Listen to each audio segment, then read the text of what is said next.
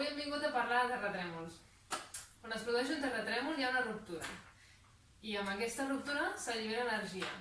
L'energia viatja a través de la Terra i a través de la seva superfície en forma d'ones. I el que farem serà representar algunes d'aquestes ones que s'alliberen amb els terratrèmols. Per fer-ho farem servir una molla.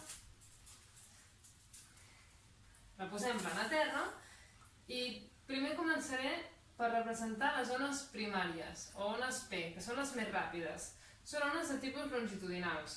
Agafo unes quants espirals i els deixo anar de cop, com si fos un terratrèmol.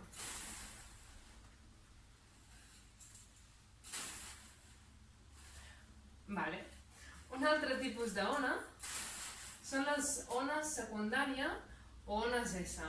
Són ones de tipus de cizalla i així és com viatgen. Tanmateix, quan hi ha un terratrèmol, les zones que fan més mal a les construccions humanes són les zones de tipus superficials. I aquestes zones, Anna, quines són, les P o les S? Doncs cap de les dues. Tant les zones P com les zones S són ones que viatgen a través de la Terra, no en superfície, i són ones que estan sempre a tots els terratrèmols. Bé, doncs ja està, només queda que pugueu veure el moviment d'aquestes ones en càmera lenta. Espero que us hagi agradat. Fins aviat!